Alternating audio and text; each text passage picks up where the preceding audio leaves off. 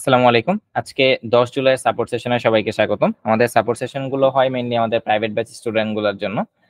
তারা হচ্ছে বাসায় কোনো প্র্যাকটিস করতে প্রবলেম হলে দেন তারা প্রতিদিন রাত 10:30 বাজে সাপোর্ট সেশনে জয়েন করতে পারে। আমাদের সাপোর্ট সেশন গুলো হয় মোট 1 ঘন্টা, 10:30 থেকে 11:30 পর্যন্ত। So let's start. জিল্লুর, আপনার কোনো প্রবলেম আছে? না ভাইয়া, পিপি ওকে, 1 শেষ, পিপি 2 করা স্টার্ট করছি, আগে ক্লাস দেখছি। ওকে, ঠিক আছে, বেস্ট। দেন হচ্ছে মাহফুজ ভাইয়া, কি অবস্থা আপনার? আসসালামু আলাইকুম ভাই। শুরু করছেন? ভাই পিপি জিরো শেষ করছি, পিপি ওয়ান আজকে রাতে ধরছি। আমি পিপি তো জিরো পরে শেষ করেছেন, এটা আমি গতকালকে দেখেছি আপনার প্রোফাইল। আজকে আপনি কি করেছেন সেটা বলেন। ভাই একটু আগে ক্লাসের আগে আপনার এই আপনার ভিডিও, দ্বিতীয় ভিডিও, ওটা প্রায় 1 ঘন্টা আমার রিভিউ দেখছি। দেখার পরে আপনার ওই আপনার দেখার পরে তারপরে আপনার পিপি ওয়ান এর ফার্স্ট প্রবলেমটা সলভ করতে যাব, তখন দেখলাম আরো 1 ঘন্টা ক্লাস করতে হবে। তো তারপরে ভাবলাম যে এখন লাইভ সাপোর্টে জয়েন করি, এর কারণে আর ওটা সাবমিট করিনি। তো পিপি ওয়ান এর ও, সমাধানটা আমি আজকে রাতে ইনশাল্লাহ দেওয়ার চেষ্টা করবো আর সকালে।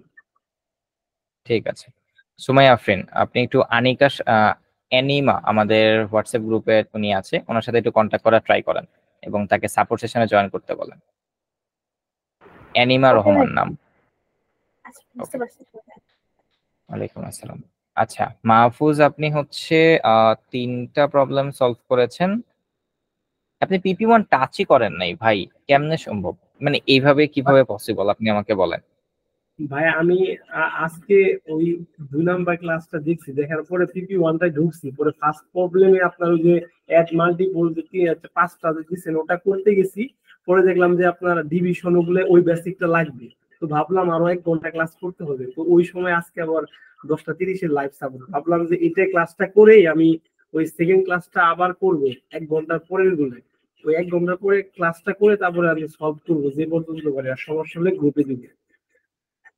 ওকে, the problem is your procedure. বুঝতে পারছি আপনার মেইন প্রবলেমটা কোথায় হয়েছে। আপনাকে যেটা করতে হবে, আপনার ক্লাস যেটা রেকর্ড, যেটা আপনি যদি লাইভ ক্লাসে প্রেজেন্ট না থাকতে পারেন অথবা আপনি লাইভ ক্লাসে প্রেজেন্ট থাকতে পারেন, সমস্যা নেই। যখন আপনি রেকর্ড দেখবেন তখন ফুল ক্লাসটা দেখবেন, মানে যতটুকু বাকি আছে। দেন ক্লাসে আমি যে প্রবলেমগুলো সলভ করিয়েছে সেই প্রবলেমগুলো আপনি ভিডিওটা পজ করেন। পজ করে ওয়ান কম্পাইলারে যান, একটা ফাইল নেন, ফাইলে ওই প্রবলেমটা আপনি আমার ভিডিওটা না দেখে সলভ করা ট্রাই করেন।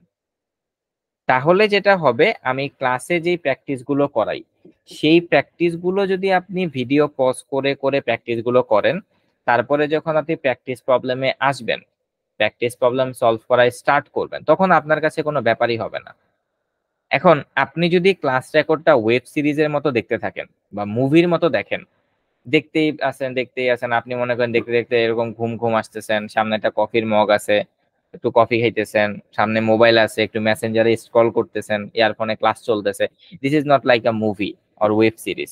আপনি যদি ওয়েব সিরিজের মতো করে ক্লাস রেকর্ড দেখেন তাহলে কিন্তু হবে না। ক্লাস করার আগে আপনার মেসেঞ্জার সবকিছু মানে ডিস্ট্রাক্ট হওয়া যাবে না।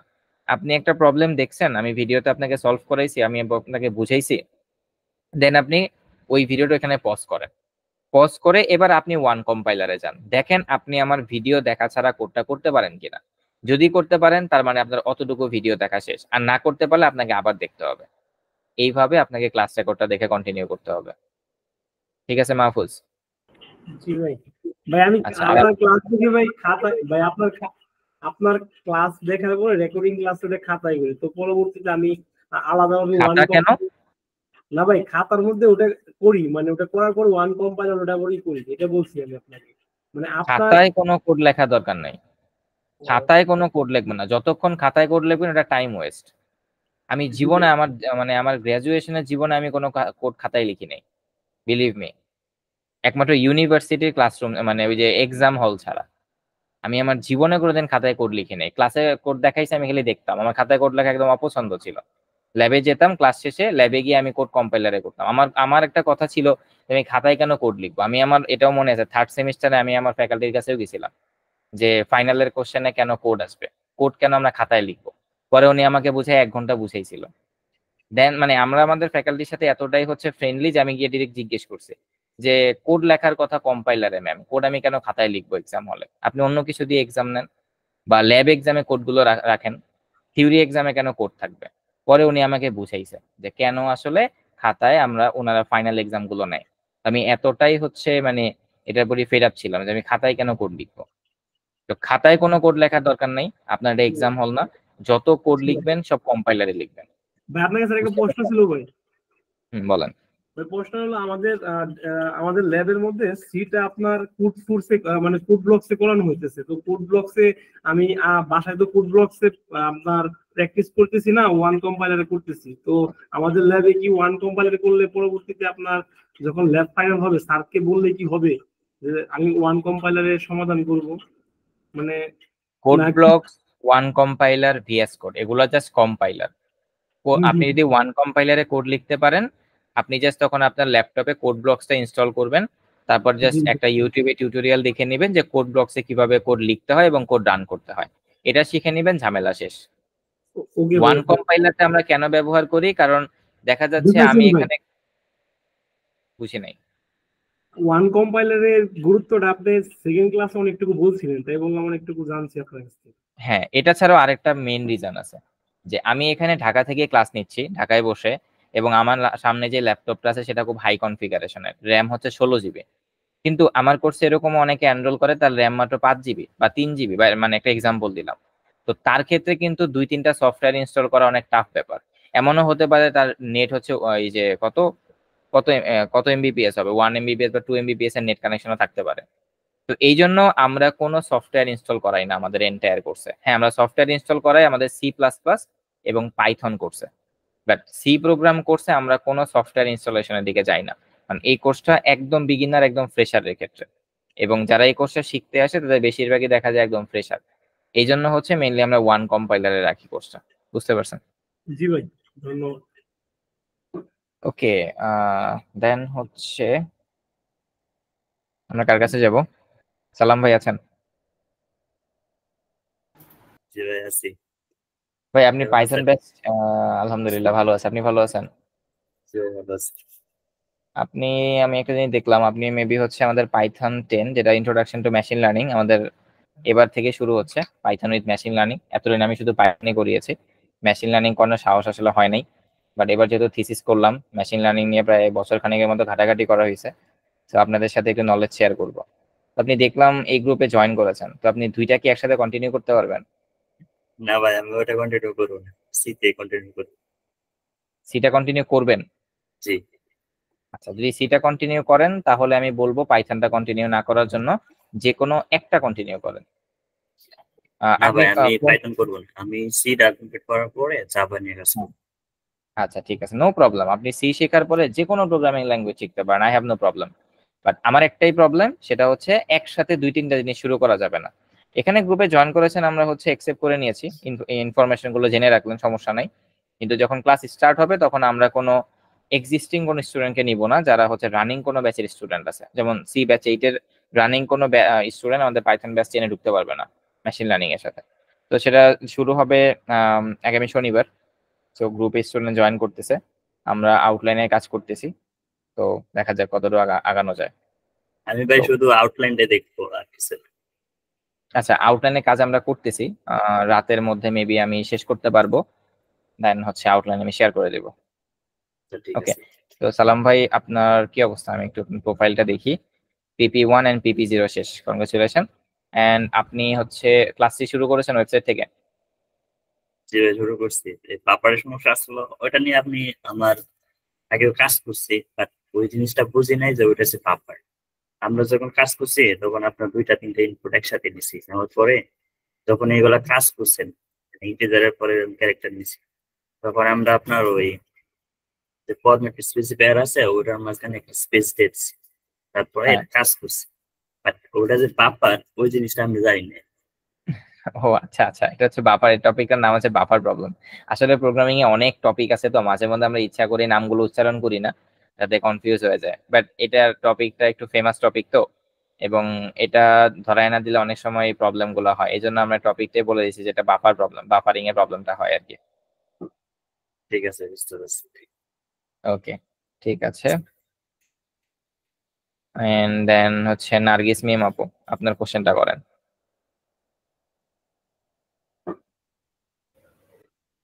আসসালামু আলাইকুম ভাইয়া। আমার ওয়ালাইকুম আসসালাম, একটু কোশ্চেন জোরে কথা বলতে হবে। আমি হচ্ছে সব করেছি প্রবলেম 1 এর, কিন্তু আমার হুম। 2টাতে না এখন আর কি এরর রয়ে গেছে আর কি। আমি অলরেডি আপনার প্রোফাইল আমার সামনে। এন্ড ওয়ান কম্পাইলারটা কেন আমরা ইউজ করতেছি আপনারা হয়তো বা এতদিন নিয়ে বুঝে গেছেন যে আমরা চাইলে আপনাদের মানে কে কতবার কোড সাবমিট করেছেন এটা পর্যন্ত দেখা যায়। তো এই জন্য আমার ওয়ান কম্পাইলারটাকে এত ভালো লাগে, ইন্ডিয়ান একটা ওয়েবসাইট। এবং আচ্ছা আমি একটু সাবমিশনটা দেখি, দাঁড়ান। তাই ওই জায়গাতে কোড পর্যন্ত দেখা যায়। কোন জায়গায়? ওয়ান কম্পাইলারের মধ্যে কয়টা কোড করছে, কি কি কোড হ্যাঁ, করছে, কোড কেমনে করছে, সব সব কিছু দেখা দেখা যায়। যায়। হ্যাঁ, যেমন এই যে সাবমিশনটা দেখা যায়। যেমন ধরেন আমরা কেউ হচ্ছে কোড কপি করতেছে কিনা এআই থেকে, এটা বুঝার অনেকটা ইজিয়েস্ট ওয়ে আছে, ওয়েটা আমরা বলবো না। সেটা হচ্ছে আমরা সাবমিশন দেখে বুঝতে পারি, কোড দেখে বুঝতে পারি। এই জন্য হচ্ছে ওইটা ধরাটাও খুব ইজি। যেমন প্রবলেম 10 এর ক্ষেত্রে আপু সাবমিট করছেন প্রায় 7 বার, এবং আপনি এখনো সলভ করতে পারেন নাই কয়টা? এখানে 2টা, 2টা দেখাচ্ছে। 2টাই পারিনি, আর বাকিগুলো হ্যাঁ, সাবমিট একবার হয়েছে। সাবমিট করছেন আর 7 বার সাবমিট করছেন, ঠিক আছে। Problem 6 and problem 10। ওকে আপু স্ক্রিন শেয়ার করেন, দেন দেখতেছি কি হয়েছে।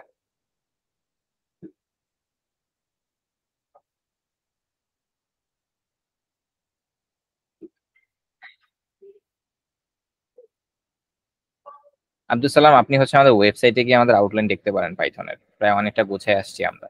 জাস্ট গুগলে গিয়ে code with Python private base লিখে সার্চ করলেই হবে আই থিংক। ওকে, প্রবলেম 6 এ যান।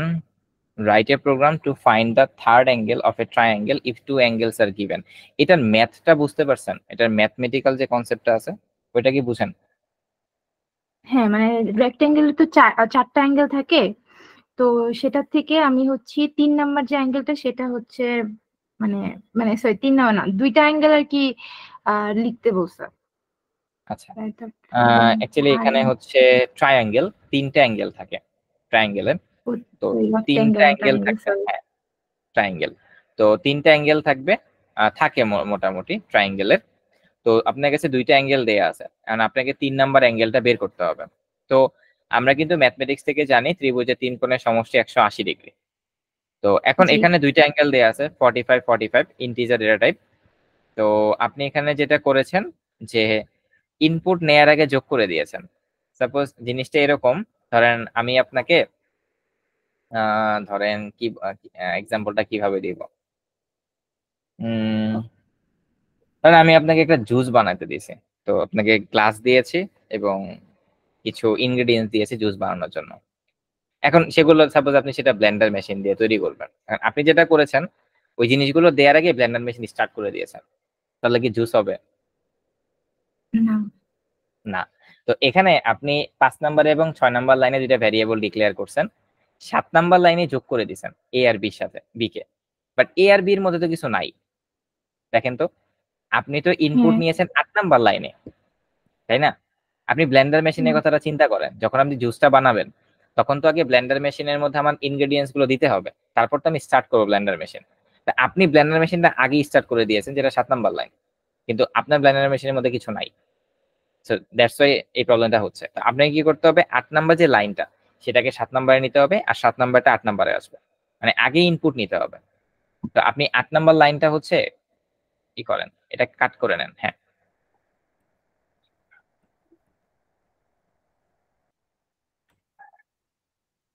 আচ্ছা এবার দেখেন, পার্সেন্টেজ ডি আর পার্সেন্টেজ ডি এই দুটার মধ্যে আপনি স্পেস দিয়েছেন, এটা কি বুঝে দিয়েছেন নাকি হচ্ছে ওই যে আমি ইনপুটের এখানে 45 আর 45 এর মাঝখানে স্পেস দিয়েছি দেখে আপনিও স্পেস দিয়েছেন, এরকম কিছু? উম, মানে এটার জন্যই দিছি, মানে আমি এটা বুঝে দিয়েছি যে ওইখানে আচ্ছা, হবে।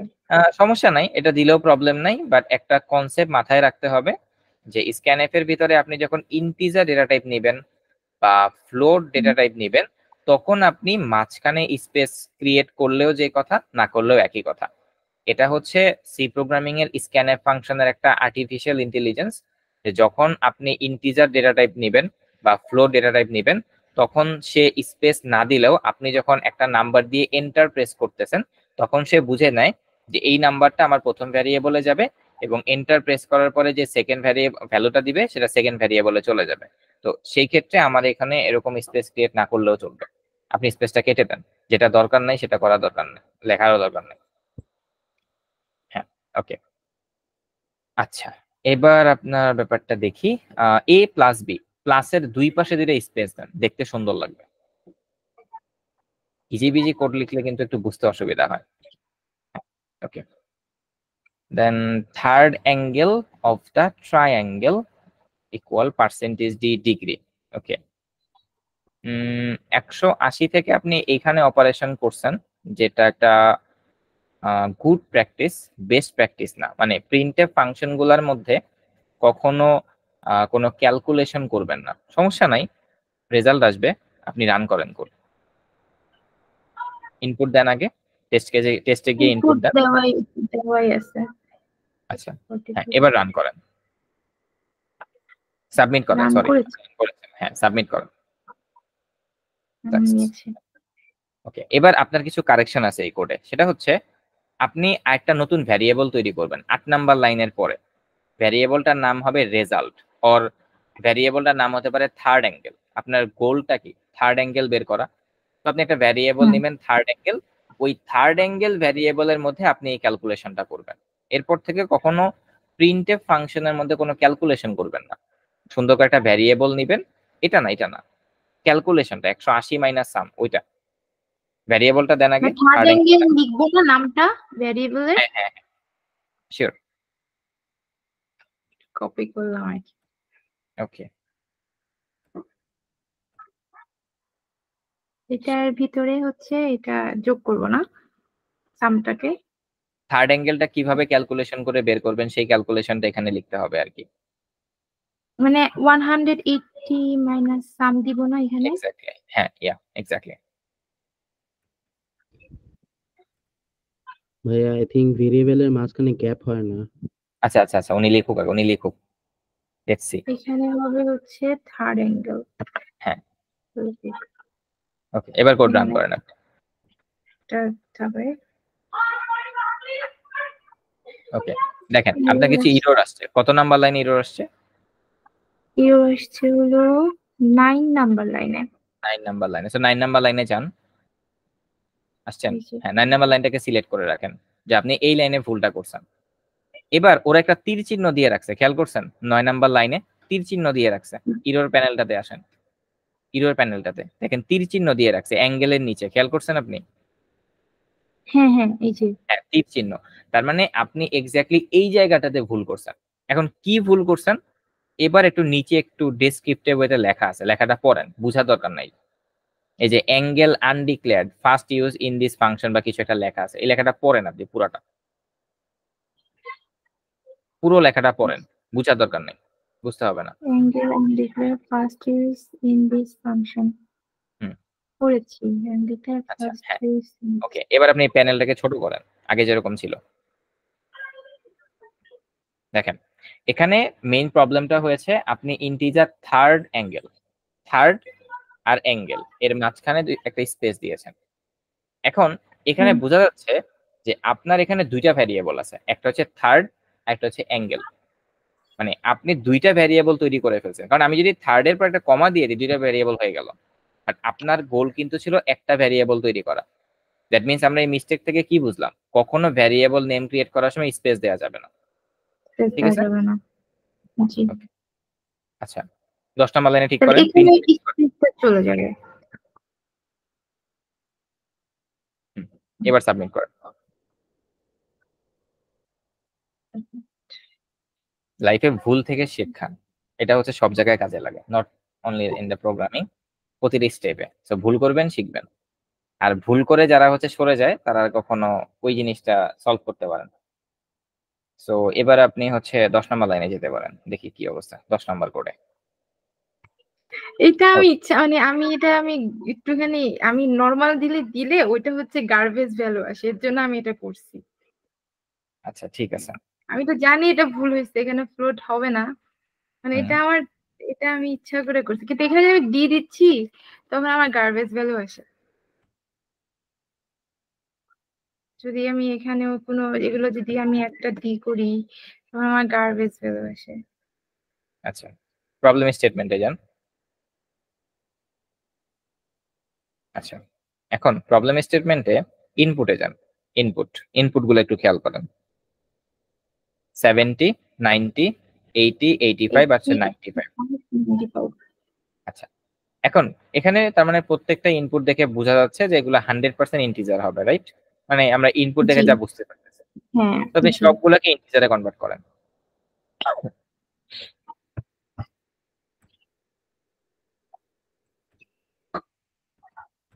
এই প্রবলেমটা হচ্ছে ইন্টিজার ডিভিশন টপিকের প্রবলেম। আমি টপিক নেমটাও বলে দিতেছি।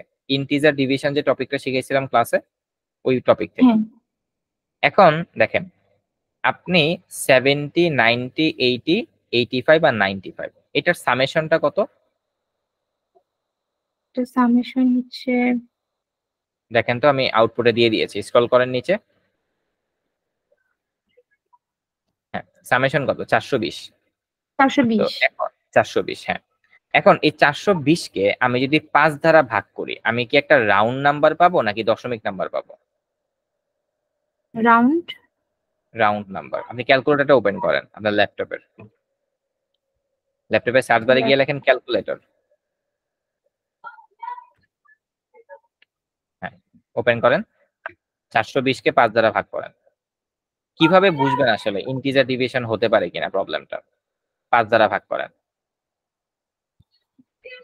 ইকুয়াল দেন 84 আসছে। 84। তার মানে একদম রাউন্ড নাম্বার, কোনো দশমিক নাম্বার আসবে না। কিন্তু একটা জিনিস চিন্তা করেন, আপনি এটা মিনিমাইজ করেন, ক্যালকুলেটরটা মিনিমাইজ করেন। আমরা আসলে 420টাকে মানে এইখানেই আসলে মানে এই থিঙ্কিং পর্যন্ত যেতে পারেন না আপনারা। আর এই জন্যই হচ্ছে সবার এই প্রবলেমটা সলভ করতে সমস্যা হচ্ছে। ওই থিঙ্কিং পর্যন্ত যেতে পারলে সলভ হয়ে যেত। সেটা হলো, এখানে যে ভ্যালুগুলো দেয়া আছে 70, 90, 80, 85, 95, এই ভ্যালুগুলো তো ফিক্স না। আমি তো অন্য ভ্যালু দিয়ে আপনার কোডগুলোকে চেক করতে পারি। Is it right? ইয়েস। ধরেন আমি 70-র জায়গায় 71 দিয়ে দিলাম, তাহলেই কিন্তু আপনার সামেশন 421 চলে আসবে। তা আপনি যদি হ্যাঁ। 421 কে 5 দ্বারা ভাগ করেন, তখন কি রাউন্ড নাম্বার আসবে? না। না। এখন রাউন্ড নাম্বার আসবে না। তো আপনি ক্যালকুলেটরটা আবার ওপেন করেন। 421 কে এখন আপনি 5 দ্বারা ভাগ করেন। আগে ক্লিয়ার করে নেন। সিই তে ক্লিক করেন। সিই উপরে, সিই 2 নাম্বার রোর সেকেন্ড কলাম উপর থেকে 2টা রো আছে না এখানে, এমসি একটা রো, সিই পার্সেন্টেজের সাথে ডান সরি পাশে সরি 421 কে 5 দ্বারা ভাগ করেন।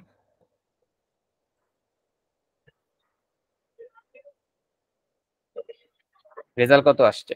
84.2। তার মানে আরো আছে, ক্যালকুলেটর দেখাচ্ছে না এখানে, আরো আছে, আপনি শিওর থাকেন। এখন আপনি একটা জিনিস করেন, আপনি নতুন একটা ট্যাব ওপেন করেন। নতুন একটা ট্যাব ওপেন করে আপনি আচ্ছা, আপনি ওয়ান কম্পাইলারে যে লোগোটা আছে না, এখানে এখানে এখানে না, এখানে না, ওয়ান কম্পাইলারে যে লোগোটা আছে ওটার উপরে কারসরটা নেন, কোনো ক্লিক করবেন না।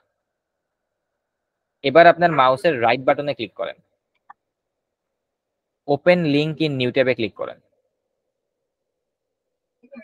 এবার এই ট্যাবে যান, নতুন ট্যাবটাতে যান। ওকে, এবার সি প্রোগ্রামিং এখান থেকে চুজ করেন। আচ্ছা, হ্যাঁ, এখানে আপনি হচ্ছে জাস্ট একটা ভ্যারিয়েবল, দুইটা ভ্যারিয়েবল নেন, দুইটা ভ্যারিয়েবল ডিক্লেয়ার করেন, ইন্টিজার এবি। দুইটা ভ্যারিয়েবল ডিক্লেয়ার করেন ইন্টিজার টাইপের।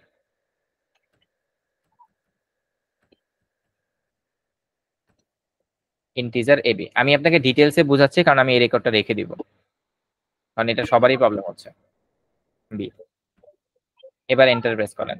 এবার আপনি নতুন একটা ভ্যারিয়েবল নেন, সাপোজ আপনি ফ্লোট টাইপই নেন, সমস্যা নেই, ফ্লোট টাইপ নেন। ফ্লোট,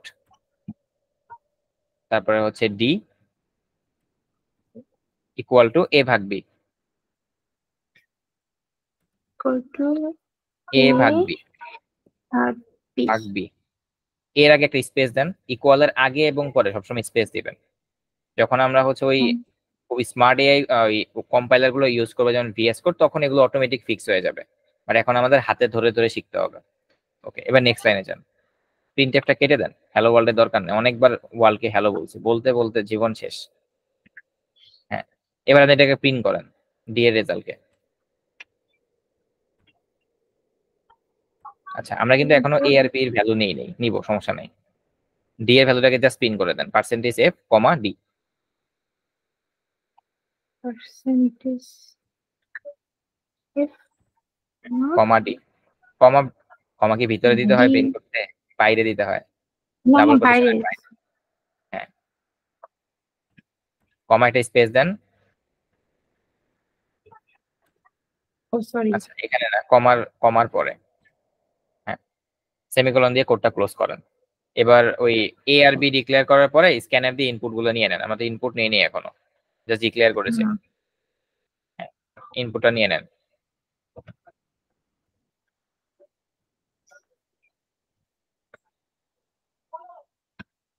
পার্সেন্টেজ ঠিক ডাবল কোটেশন দেন নাই।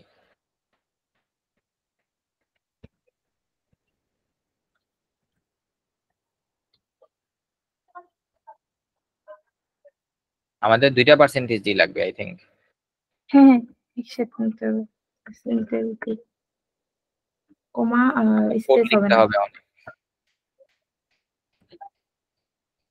কমা দিতে হবে তো ডাবল কোটেশনের পরে, কমা এ কমা বি, কোন ভ্যারিয়েবলের জন্য নিচ্ছি? কমা এম্পারসেন্ট এ কমা এম্পারসেন্ট বি। হ্যাঁ, আপনি মিনিমাম প্রথম 6 মাস কোনো কপি পেস্ট করবেন না কোড, হাতে কোড লিখবেন। কমা এম্পারসেন্ট এ কমা এম্পারসেন্ট বি হবে, এ আর বি এম্পারসেন্ট এর পর একটা কমা হবে, দুইটা ভ্যারিয়েবল না এখানে। হ্যাঁ, আচ্ছা ওকে, এবার আপনি হচ্ছে ইনপুট দেন। ধরেন এটাকে আপনি 421 দেন, ইনপুটে যান, std in, যেখানে ইনপুট দেই আমরা কোড করার জন্য। এমন কেন? 421 প্রথমটা, এন্ড সেকেন্ডটা দেন 5। হ্যাঁ, রান করেন কোড। এবার দেখেন, আমরা ক্যালকুলেটরে কি পেয়েছিলাম? 84.2 পেয়েছিলাম না? 2 হ্যাঁ হ্যাঁ, এখানে পয়েন্টটা 2 আছে না না, দ্যাটস দ্য প্রবলেম। আপনি যখন ইন্টিজার ডিভিশন করবেন, যদি ওই ইন্টিজার ডিভিশনে কোনো ফ্লোটিং নাম্বার এক্সপেক্টেড থাকে, আর আপনি যদি এরকম ইন্টিজার ডিভিশন করেন, তাহলে আপনি দশমিকের জন্য দশমিকের রেজাল্টগুলো পাবেন না। আপনি একটু অ্যাজিউম করেন, সাপোজ আপনি অ্যামাজনে জব পেয়েছেন এবং অ্যামাজনের যে ক্যালকুলেশন গুলা হয় পারচেজিং এর টাইমে, ওই জায়গাতে মানে এই যে ভাগের যে ব্যাপারগুলো হয়, আপনি কি করেছেন? এই ইন্টিজার ডিভিশনটা করেন নাই। তার মানে ধরেন প্রতি পারচেজে ওদের 50 সেন্ট করে নাই হয়ে যাচ্ছে। আপনি কোম্পানির কত মিলিয়ন ডলার লস করতেছেন চিন্তা করতে পারতেছেন? yes বুঝতে পারতেছেন থিঙ্কিংটা? যে আপনি কোনো একটা কোম্পানির এই টাইপের জিনিসগুলো হ্যান্ডেল করতেছেন এবং তার প্রতি ট্রানজেকশনে 50 সেন্ট করে নাই হয়ে যাচ্ছে। তো তাদের যদি প্রতিদিন প্রায় ধরেন, আমি কত ধরবো আমি খেয়াল নাই, যেটাই ধরেন ইয়ারলি প্রায় আপনার একটা স্টাফের কারণে হয়তো মিলিয়ন ডলারের লস ওদের হয়ে যেতে পারে। সো এই ছোট ছোট জিনিসগুলোকে ইগনোর করা যাবে না, আরে পয়েন্ট না আসুক। এই জন্যই হচ্ছে কম্পিটিটিভ প্রোগ্রামিংটা করানো হয়, যে এক্স্যাক্টলি আউটপুটে যেরকম আছে ওই রকমই আনতে হবে। কারণ কে জানে আপনি আপনার জব ফিল্ডে কোন সেকশনে কাজ করেন, তা তো বলা যায় না, তাই না? তখন দেখা যাবে আপনি ওই সিলি 1 সেন্টের জন্য কোম্পানির $1 কোটি নষ্ট করে ফেলছেন। আপনাকে হয়তো ফায়ার করে দিবে, আর কিছু করতে পারবে না। আর কি করবে? কোম্পানির এমপ্লয়ি ভুল করতেই পারে, কিন্তু তাদের তো মিলিয়ন ডলার নাই হয়ে গেছে। এই জন্যই কম্পিটিটিভ প্রোগ্রামিং এতটা ইম্পর্টেন্ট। এবার আপনি আপনার কোডে যান। আচ্ছা, এখন এই পয়েন্ট 2টা কিভাবে নিয়ে আসবো? সিম্পল জিনিস, আপনি যে এ আর বি, এখানে প্রবলেমটা কেন হয় আসলে ইন্টিজার ডিভিশনের ক্ষেত্রে, যে এ আর বি দুইটাই হলো ইন্টিজার। এখন ইন্টিজারের কথা হচ্ছে, আমাকে তুমি যদি ভাগ করো, যে আমাদের দুই ভাইকে নিয়ে যদি ভাগ করো, তাহলে দশমিকের পর আমরা কোনো নাম্বার দেখাইতে পারবো না, ঠিক আছে? ইন্টিজারের কথা হচ্ছে এটাই, যে আমাদেরকে নিয়ে তুমি যদি ভাগের ক্যালকুলেশন করো, আমি দশমিকের পর কোনো কিছু দেখাইতে পারবো না। তুমি দশমিকের পর দেখাইতে হলে তুমি ফ্লোটকে ডাক দাও, আমাকে ডেকো না। এখন এ আর বি দুইটাই ইন্টিজার, তো ও দেখতেছে ভাগ করার পরে 0.2 আছে, ও 0.2 দেখাবে না। তাহলে এখন সলিউশনটা কি, আমার এ বা বি যে কোনো একটাকে ফ্লোটে কনভার্ট করে ফেলতে হবে। এখন অনেকে সলিউশন বলে কেন ভাই ফ্লোটে কনভার্ট করার কি দরকার, আপনি এ আর বি যখন ডিক্লেয়ার করতেছেন তখনই আপনি একটা ফ্লোট টাইপ নেন, কিন্তু সমস্যাটা হচ্ছে ইনপুট ফরম্যাটে। Just a minute.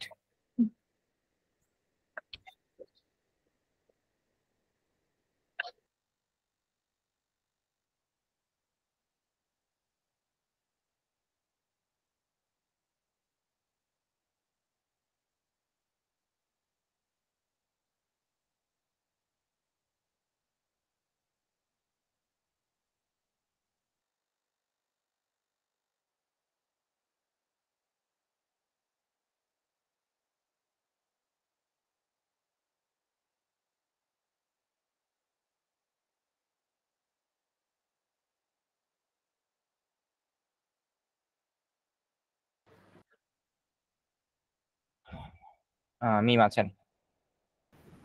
জি জি ম্যাম। আচ্ছা, এখন তাহলে এটার সলিউশন আমরা কিভাবে বুঝবো? তাহলে আমরা কি করতে পারি, ধরেন এটাকে ফ্লোটে কনভার্ট করে দিতে পারি। তো আপনি এর জায়গায় কার্সরটা নিয়ে যান, ফ্লোট ডি ইকুয়াল টু এ ভাগ বি, এর আগে কার্সরটা বসান।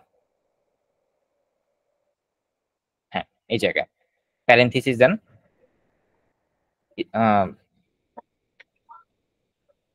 দেন ক্লোজিং প্যারেনথিসিস, ব্র্যাকেটের মধ্যে ফ্লোট লেখেন, ফ্লোট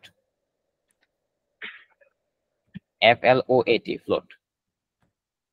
হ্যাঁ, এখন কি করলেন আপনি, যে ভাই তুমি এটাকে ইন্টিজারে ডিক্লেয়ার করছো ঠিকই, কোনো সমস্যা নাই, কিন্তু আমি যখন তোমার ট্রানজাকশন ক্যালকুলেশন করতে যাচ্ছি তখন আমি দেখতেছি তুমি প্রতি ট্রানজাকশনে আমাকে 50 সেন্ট করে হারায় ফেলতেছি, আমি আমার কোম্পানির $1,000,000 লস হতে পারে।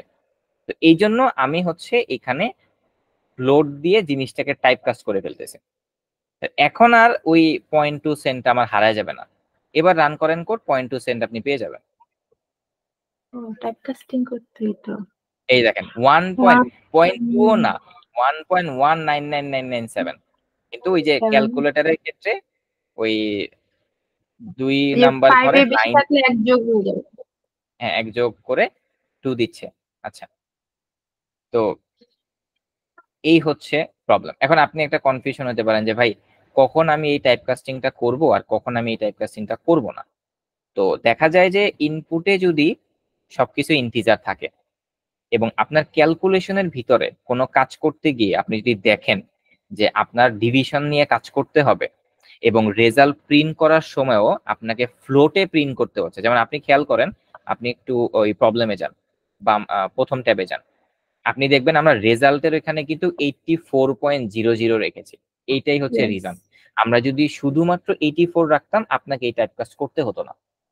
যেহেতু এখানে 84.00 আমরা রেখেছি, তার মানে আপনাকে থিঙ্ক করতে হবে যে আউটপুটে ফ্লোট চাচ্ছে, তার মানে আমি যদি এখানে ইন্টিজার ডিভিশনের রুলসটা অ্যাপ্লাই না করি এবং ভাগের সময় কোনো একটা রেজাল্টে যদি আমার ওই দশমিকটা আসতে পারে তখন কিন্তু আমার ওই জিনিসটার ম্যাচ করবে না।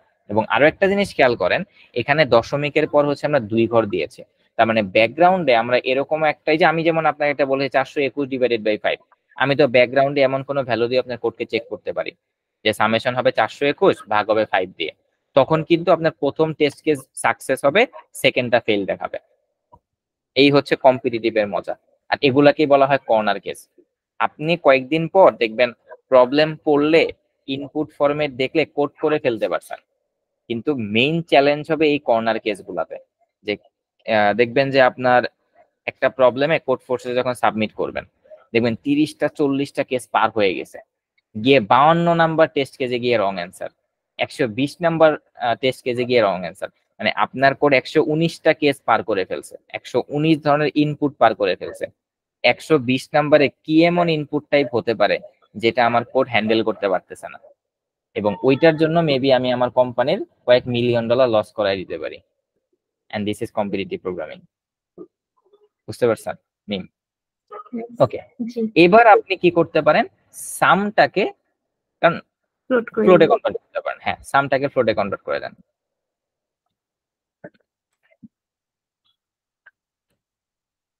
ফ্লোট। ওকে, আই থিঙ্ক এবার আর কোনো ঝামেলা হবে না। রান করেন কোড, দেখি ঝামেলা হলে ফিক্স করব। আচ্ছা, সব জিরো চলে আসছে, ঠিক আছে, লেটস সি। এভারেজ এটা মানে আপনি, ইন্টিজার, ও হ্যাঁ, ওটা তো ইন্টিজার হবে। সরি। ওকে, রান করেন আবার। এটা ওই ইন্টিজার না, এভারেজ গুলো তো ফ্লোটই হবে, এভারেজ গুলো ইন্টিজার কেন হবে? এভারেজ তো হচ্ছে সরি। এখানে ফ্লোট না, আউটপুটে দেখেন ফ্লোট টাইপ, তো এভারেজ আর পার্সেন্টেজের রেজাল্ট তো ফ্লোট। আচ্ছা, এবার পার্সেন্টেজ। পার্সেন্টেজ জিরো আসতেছে। ওয়েট দাঁড়ান, আমাদের ফর্মুলাটা দেখি আমি, প্রবলেম স্টেটমেন্টে জানতো পার্সেন্টেজের total marks divided by 500, total marks divided by 500 into 100। তো সামকে 500 দ্বারা ভাগ করতেছেন, আপনার সাম হচ্ছে 420। তো 420 কে আমি যদি 500 দ্বারা ভাগ করি কত হয় রেজাল্ট? ক্যালকুলেটরে জানতো, যে ম্যানুয়ালি দেখি আগে, ঠিক আছে। 420 কে 500 দ্বারা ভাগ করেন, আরেকটা ক্লিক করেন সিই তে, এখনো ক্লিয়ার হয় নাই। মিম, সিই তে 2বার ক্লিক করেন, আরেকবার সি তে ক্লিক করেন, তো সি ক্লিয়ার মনে হয়, সি তে শুধু সি। হ্যাঁ, এবার হয়েছে। 420 কে 500 দ্বারা ভাগ করেন তো, ইকুয়াল দেন ইন্টু 100। আচ্ছা, 0.84। হ্যাঁ, ম্যাথমেটিক্যালি আমাদের ক্যালকুলেশন ঠিক আছে। ওকে, মিনিমাইজ করেন ক্যালকুলেটর, ফর্মুলা ঠিক আছে, ডেটা টাইপে ভুল করছেন, দেখি দাঁড়ান। পার্সেন্টেজ কি টাইপের? ফ্লোট টাইপের।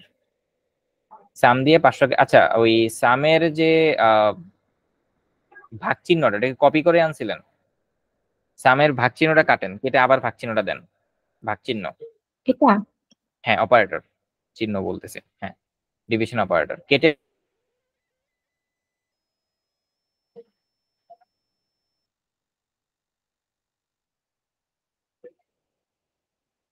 না, আসতেছে না, এটাও কাটবো।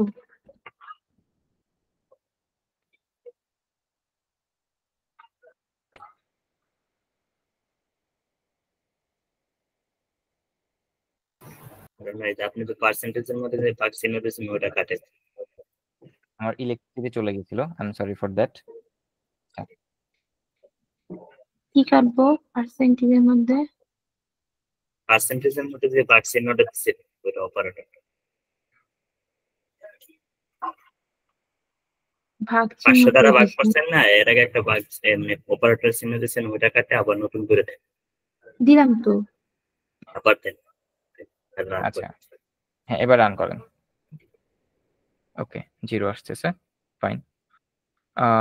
মাল্টিপ্লিকেশন চিহ্নটাকে কাটেন, কেটে আবার দেন তো।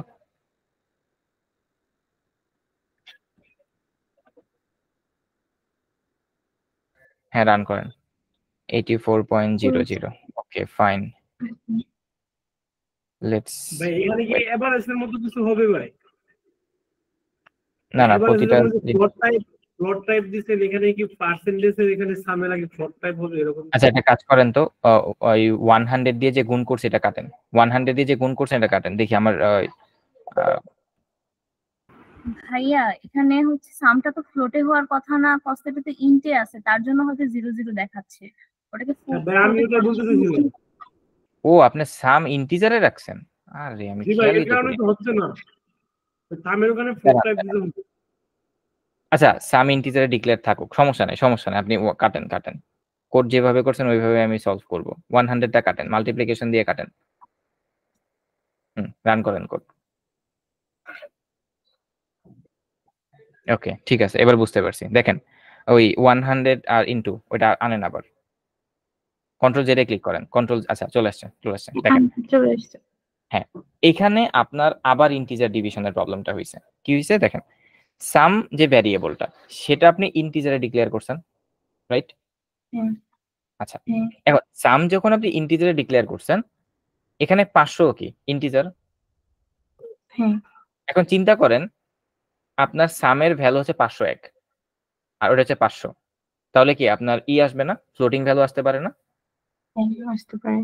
হ্যাঁ, আবার সেই আপনি 50 সেন্ট করে লস করতেছিলেন কোম্পানির। তাহলে সামটাকে এখন কি ফ্লোরে কনভার্ট করতে হবে না তাহলে, যদি আমি অ্যাকুরেট রেজাল্ট আনতে চাই? হ্যাঁ, এই জন্যই হচ্ছে দেখেন, দাঁড়ান ওয়েট করেন, 420 কে যখন আমরা 500 দিয়ে ক্যালকুলেটরে ভাগ করতেছিলাম তখন আমার রেজাল্ট কত আসতেছিল? 0.84। 84.2 ও ভাগ। 84, হ্যাঁ 0.84। জি কিন্তু আপনার এই ভাগের ক্ষেত্রে আমরা একটু আগে দেখলাম যে ভাগের রেজাল্টটা চেক করতেছিলাম যে এখানে 0.00 আসতেছিল, তার মানে ওই 0.84টা আমরা আর পাচ্ছিলাম না। এখন এই জন্য 0.00 কে আমি যদি 100 দ্বারা গুণ করি 0.00 আসবে। ফর্মুলা ঠিক ছিল, কিন্তু আমাদের এই ফর্মুলাটা বসানো মানে ওই টাইপ কাস্টিংটা ঠিক ছিল না। তো এখন আমরা যেটা করতে পারি, সামটাকে ফ্লোটে ডিক্লেয়ার করতে পারি ইনিশিয়ালি, অথবা আমরা এখানে এসে টাইপ কাস্টিং করে দিতে পারি। তো আপনি যদি সামটা ইন্টিজারে ডিক্লেয়ার করছেন, আমি এখানে হাত দিতে চাচ্ছি না, ডিক্লেয়ার করছেন, আপনি সামটাকে ফ্লোটে কনভার্ট করেন, প্রবলেম সলভ হয়ে যাবে। 9 নাম্বার লাইনে যেরকম টাইপ কাস্টিং করছেন না আপনি, ওই রকম ভাবে টাইপ কাস্টিং করেন। সামের আগে আসেন, এসে ব্র্যাকেট দেন, ব্র্যাকেট দিয়ে ভিতরে ফ্লোট লেখেন। মানে এই ব্রেকেটের আগে আবার ব্রেকেট দিব নাকি এটা ভিতরেই দিব? ভিতরে সামের ভিতরে। সাথে, হ্যাঁ। এবার ফ্লোট বুঝতে লেখেন, এবার রান করেন। এবার আসছে? হ্যাঁ। তো কোড এটা কিন্তু একটা ডিবাগিং। আমি কিভাবে ডিবাগটা করছি আপনি হয়তোবা খেয়াল করছেন। আমি প্রথমে আমার ক্যালকুলেটর দিয়ে চেক করে নিছি যে আমার যে ফর্মুলা আমাকে দিয়েছে ওই ফর্মুলা ঠিক আছে কিনা। আচ্ছা, ফেইল্ড আসতেছে, পরে দেখতেছি। এবার দেখ, ও আচ্ছা ফেইল্ড আসতেছে কেন বুঝতে পারছি। টেস্টে যান, প্রবলেম স্টেটমেন্ট যান, দেখেন তো আপনার এখানে আউটপুটে যান। আউটপুটে দেখেন মার্কসের আগে এবং পরে স্পেস আছে, বাট আপনার করে দেখেন 14 নম্বর লাইনে মার্কসের আগে স্পেস নাই, পরে স্পেস নাই। হ্যাঁ, রান করেন, সাবমিট করেন, হয়ে গেছে। আচ্ছা, এবার আমি এই ডিবাগিং প্রসেসটা বলি, সবাই একটু খেয়াল করেন। এটাকে এই যে স্টেপগুলো আমি যে নিয়েছি এই প্রবলেমটা সলভ করার জন্য, এটাকে বলা ডিবাগিং। তো এটা আপনার প্রফেশনাল হলে খুব কাজে লাগবে। ডিবাগিং স্টেপগুলো এরকম, আপনি যদি দেখেন যদি কখনো দেখেন যে ম্যাথমেটিক্যাল কোনো কিছু হচ্ছে কাজ করতেছে না, মানে রেজাল্ট এরকম 0 হয়ে গেছে, যখন আপনি জাভাস্ক্রিপ্টে কোড করবেন তখন নান আসতে পারে, নট এ নাম্বার, এরকম টাইপের। তো এরকম যখন আসবে তখন সবার আগে চেক করবেন যে ওইটা কোনো ফর্মুলা থেকে আসতেছে কিনা, রেজাল্টটা ফর্মুলাটা চেক করবেন। তারপর ফর্মুলাটা লেখার জন্য যে ভ্যারিয়েবল গুলো আপনি ইউজ করতেছেন ওই ভ্যারিয়েবল গুলোর ভ্যালু কারেক্টলি আসতেছে কিনা সেটা চেক করবেন। যদি দেখেন যে ওই ফর্মুলাতে যে ভ্যারিয়েবল গুলো আসতেছে সেগুলোর রেজাল্টও ঠিক আছে, এবার দেখবেন যে আপনার এই কাস্টিং রিলেটেড কোনো প্রবলেম আছে কিনা, এটা দেখলেন। যদি দেখেন যে ফর্মুলাতে অনেকগুলো ক্যালকুলেশন একসাথে করা, যেমন আমাদের এই ফর্মুলাতে ডিভিশন আর মাল্টিপ্লিকেশন একসাথে, তখন যেটা করবেন ভাঙবেন ফর্মুলাটাকে, আগে দেখবেন ডিভিশনের রেজাল্ট ঠিক মতো প্রিন্ট হচ্ছে কিনা, যদি হয় এর সাথে মাল্টিপ্লিকেশনটাকে অ্যাড করবেন। যদি দেখেন যে না মাল্টিপ্লিকেশন অ্যাড করার পরে আমার যে এক্সপেক্টেড আউটপুট সেটা আসতেছে না, দ্যাট মিনস আপনার প্রবলেম হচ্ছে ওই মাল্টিপ্লিকেশনের ক্ষেত্রে। তো এইভাবে স্টেপ বাই স্টেপ ডিবাগ করতে হয়, তাহলে প্রবলেমগুলো সলভ হয়ে যায়। বুঝতে পারছেন নি? হ্যালো, আছেন? জি ভাইয়া। ঠিক আছে, তাহলে আপনার হচ্ছে PP1 সলভ হয়ে গেছে। আর কোনো কি প্রবলেম আছে আপনার? না। ওকে, ফাইন। আচ্ছা, আই থিংক আমাদের আর কারো কোনো প্রবলেম নাই, রাইট? আচ্ছা ভাইয়া, হুম।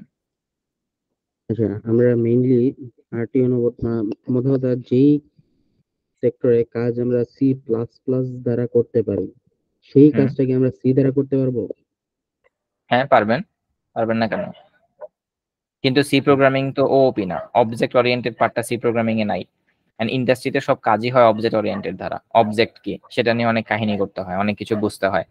এখন আপনি যদি সি প্রোগ্রামিং, আসলে এগুলো হচ্ছে মানে আমিও যখন ওই একদম বিগিনার ছিলাম, যখন C++ দিয়ে কোড করতাম, তখন আমার মনের মধ্যে একটা খালি কোশ্চেন আসতো, কেন আমি C++ দিয়ে কোনো কিছু করতে পারবো না, আবার কেন প্রোগ্রামিং ল্যাঙ্গুয়েজ শিখতে যাব।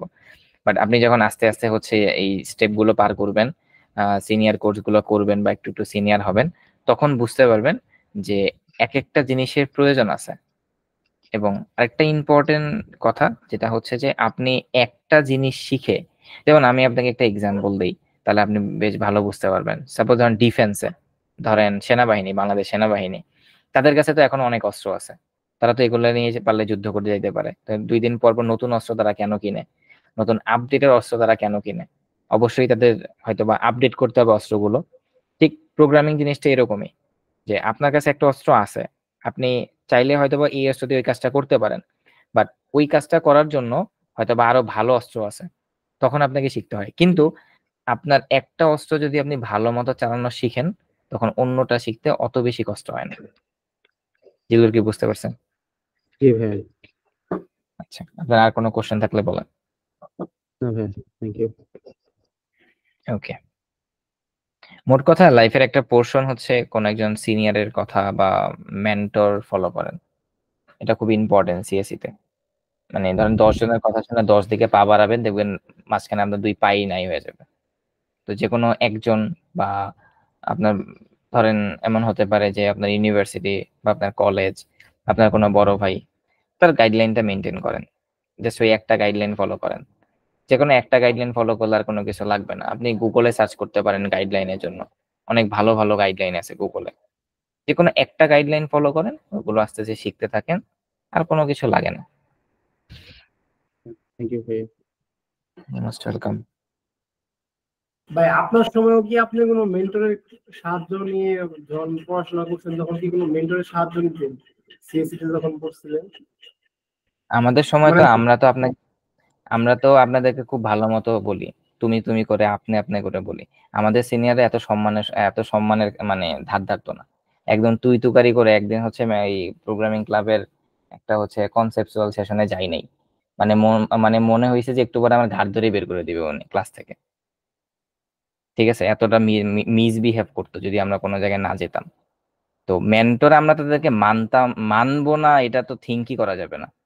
তুমি ইউনিভার্সিটিতে সিএসসি তে ভর্তি হয়েছো মানে তোমার সিনিয়রদের কথা শুনতে হবে, এটা তোমার মাস্ট। তুমি এখন মন্ত্রীর ছেলে হও, কোনো সমস্যা নেই। তুমি যদি সিএসসি তে ভর্তি হও, আমাদের কমিউনিটিতে এরকম কাইন্ড অফ, যে তুমি সিএসসি তে ভর্তি হইছো, তুমি কম্পিটিটিভ করতে আসছো, এবার আমরা তোমাদেরকে যা বলবো সেটা করতে হবে। তুমি যদি না শোনো, তোমাকে ক্লাব থেকে বের করে দিব, তুমি আর ক্লাসগুলোতে জয়েন করতে পারবে না, কাইন্ড অফ এরকম। তো ব্যাপারটা দেখা গেছে যে ওই প্রথম কয়েকদিন খুব ব্যাপারগুলো অনেক ছিল, একটু হার্ড ছিল, কারণ তারা আমাদের তখন দেখা যেত যে সপ্তাহে 1 দিন বন্ধ ছিল বা 2 দিন বন্ধ ছিল। তো দেখা যেত তারা ওই বন্ধের দিনই বিভিন্ন সেশন রাখতো। শুক্রবার যেদিন একটু ঘুমাবো, সকাল 9টা বাজে সেশন দিয়ে রাখতো, সকাল 8টা বাজে সেশন দিয়ে রাখতো। তারপরে হচ্ছে কি একটা সেশন ছিল, এই সেশন কি জানি নাম, লং সেশন না কি সেশন জানি, সকালবেলা যাবেন, জাস্ট লাঞ্চ টাইম পাবেন, লাঞ্চ টাইম ছাড়া সারাদিন কোড করতে হবে, প্রবলেম সলভ করতে হবে, যে সবচেয়ে বেশি সলভ করতে পারবে তার জন্য পুরস্কার আছে। তো এই টাইপের জিনিস এগুলা হচ্ছে ফেস করতে হয়েছে।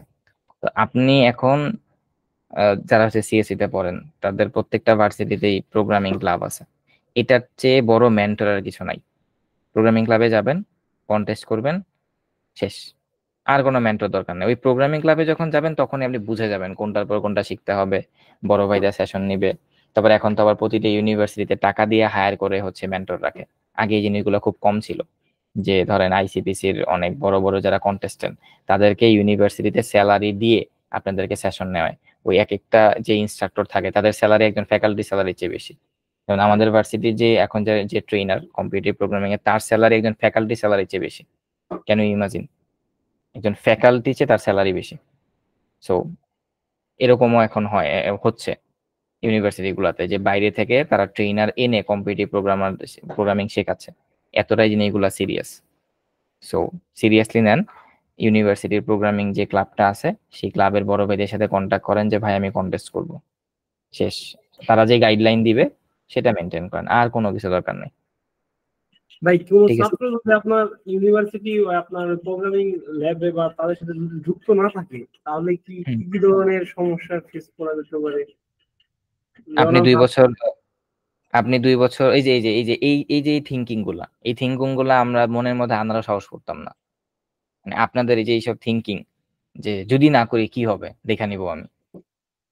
মানে আমি তাহলে আপনাকে এতক্ষণ যে বুঝাইলাম, বুঝাইয়া লাভটা হইলো কি না আমার? ভাই, আপনার বিষয়টা বুঝতে পারছি, কিন্তু মানে আমরা ফার্স্ট ইয়ারে যেমন আমি যুক্ত হই না, আমাদের আই ট্রিপলি আছে একটা হ্যাঁ তার ওইখানে কন্টেস্ট হয় বিভিন্ন সিএসসি হ্যাঁ আইসি বিভিন্নদের।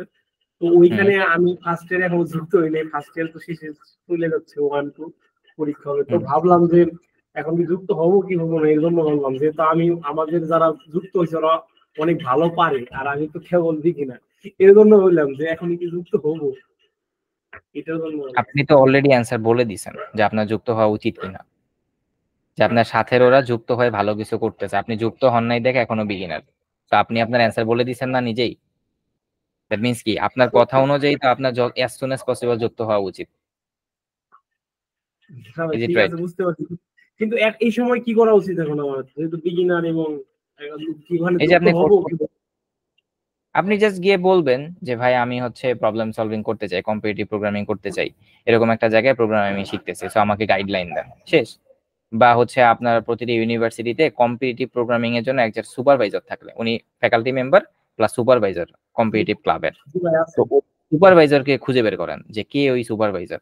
তার কাছে যান যে স্যার আমি হচ্ছে এই এই সেমিস্টার বা হচ্ছে এই ব্যাচের স্টুডেন্ট, আমি সি প্রোগ্রামিংটা এরকম একটা কোর্স করতেছি, আমি এখন ভালো মতো কম্পিটিটিভ করতে চাই, আমি কার সাথে কমিউনিকেট করব বা কিভাবে করতে পারি। দেখবেন ওই সুপারভাইজার একটা বড় ভাইয়ের ফোন নাম্বার দিবে, সে হবে কম্পিটিটিভ ক্লাবের প্রেসিডেন্ট অথবা এই টাইপের কোনো পদে আছে, তাকে আপনি কল দিবেন, সে আপনাকে ডাকবে, ডেকে র্যাক দিতে পারে যদি অনেক মানে ফানি হয়, আর র্যাক না দিলে আপনাকে ভালো মতো বুঝাবে, বুঝায়া তারপর হচ্ছে আপনাকে গাইডলাইন দিয়ে দিবে যে তুমি এটা এটা করো, তোমাকে 10টা প্রবলেম দিলাম, এটা কালকে ট্রাই করে আসবা। বুঝতে পারছেন? জি ভাই। হ্যাঁ, সো ওইভাবে আগান। আর সবচেয়ে বড় কথা, এই কোর্সটা এনরোল করেছেন বা পারচেজ করেছেন, যেটাই হোক না কেন, এই কোর্স আপনাকে ফিনিশ করতে হবে। এই কোর্স ফিনিশ না করলে আমরা আপনার পিছিয়ে ছাড়তেছি না। এটা যেই পর্যন্ত আপনি ফোন অফ না করবেন ওই পর্যন্ত। ওকে, আপনাদের কি আর কোনো প্রবলেম আছে? আমরা অলরেডি টাইম পার হয়ে গেছে, 6 মিনিটস। আর কারো কোনো ভালো ইস্যু? থাকবেন, আসসালামু আলাইকুম। ওয়ালাইকুম আসসালাম, হাফিজ। জিল্লুর আর কোনো প্রবলেম? সালাম। ভাইয়া thank you. You most welcome. ভাই আরেকটা আচ্ছা, কোয়েশ্চেন ছিল যে আপনি যে নেক্সট ব্যাচ প্রাইভেট পেজ গুলো কবে থেকে শুরু করছেন? প্রাইভেট ব্যাচ 23-এ শুরু হয়তো বা 22-এর ওই টাইমটাতে, আমার খেয়াল নাই। আমাদের ফার্স্ট এনরোল কবে হয়েছিল, একটা মিনিট আমি বলতেছি আপনাকে, জাস্ট এ মিনিট। আমাদের ডেটাবেসে একটু চেক দিই, দাঁড়ান।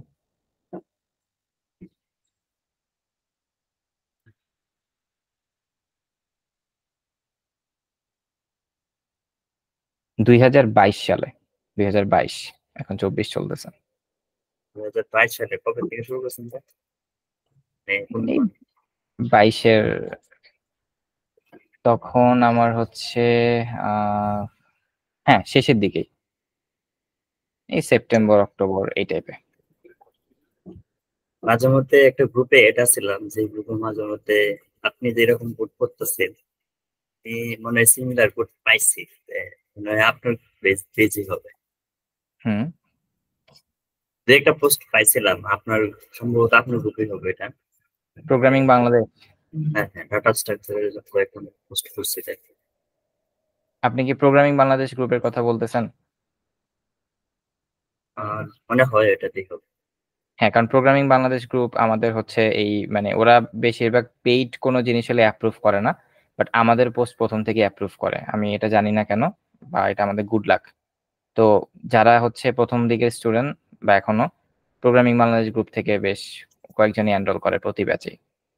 তো ওই গ্রুপটাতে হয়তো জানতে পারে, তো হিউজ একটা গ্রুপ, প্রায় লাখের উপরে স্টুডেন্ট এখানে প্রোগ্রামিং ক্লাব।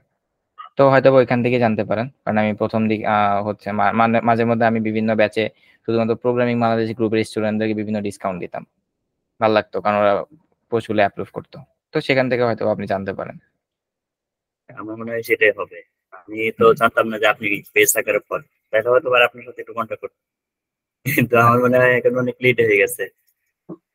না, লেট না, আপনি যখন শুরু করেছেন এটাকে যদি আপনি মানে ইউজ করতে পারেন তাহলে সেই লেটটা আপনার কাছে লেট মনে হবে না, বাট আপনি যদি এটাও শেষ করতে না পারেন তখন আপনার কাছে লেট মনে হবে এটাও। ওকে। আচ্ছা ভাইয়া, এই জহির একটা জিজ্ঞাসা করছে যে আপনাদের নেক্সট ব্যাচটা কবে শুরু হবে? যেহেতু আমাদের এটা 13ই আগস্টের দিকে শেষ হবে, তো নেক্সট ব্যাচটা কি এর পরে শুরু হবে? নেক্সট ব্যাচ সি আসবে কিনা সেটা বলতে পারতেছি না। Next batch maybe C plus plus আসবে সি এর পর, কারণ আমরা প্রতি দুইটা ব্যাচ পর পর সি প্লাস প্লাস স্টার্ট করি। সো ব্যাচ 7 এন্ড ব্যাচ 8 এই দুইটা ব্যাচকে নিয়ে আমরা সি প্লাস প্লাস স্টার্ট করতে পারি। সো সি এর ব্যাচ যদি আমরা নতুন কোনো ইনস্ট্রাক্টর হায়ার করি, হয়তোবা সেই ইনস্ট্রাক্টর নেবেন, অথবা next batch C plus plus হবে। ও আচ্ছা, মানে তার ঠিক মানে আছে। আপনি মোটবাট বলতে পারেন আরো 4 মাস পর, এটা 2 মাস, এন্ড নেক্সট ব্যাচ যদি সি প্লাস প্লাস হয় সেটা আরো 2 মাস, তাহলে তার 4 মাস পর আবার সি আসবে। 4 মাস পর, 4 মাস পর্যন্ত করতে হবে। থ্যাংক ইউ ভাইয়া। ওকে, থ্যাংক ইউ।